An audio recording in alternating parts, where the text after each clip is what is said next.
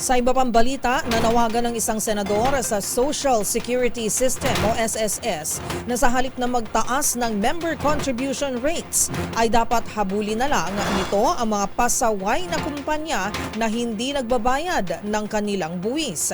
Ang buong detalye tinutukan ni Raymond Dadpaas. Hinimok ang pamunuan ng Social Security System o SSS ng unang tutukan ay ang mga hindi nababayarang kontribusyon ng mga delinkwente at non-compliant na kumpanya.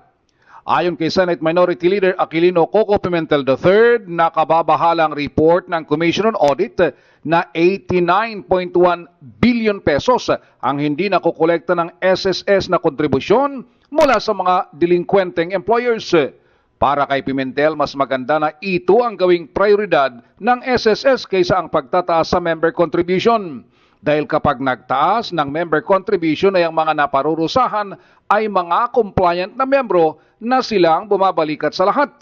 Una nito ay nagpahayag ng suporta si Pimentel sa panawagan ng iba't ibang sektor na suspindihin mo ng implementasyon ng pagtataas sa SSS member contribution. Dahil hindi naman ito mangangahulugan na may dagdag benepisyo ang mga miyembro ng SSS.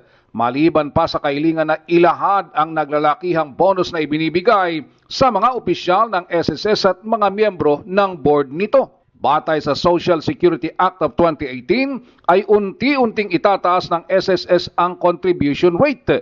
Nagsimula ito sa 12% noong 2019 at magtatapos ngayong 2025 sa 15% contribution rate na paghahatian ng 10% sa employer at 5% sa empleyado.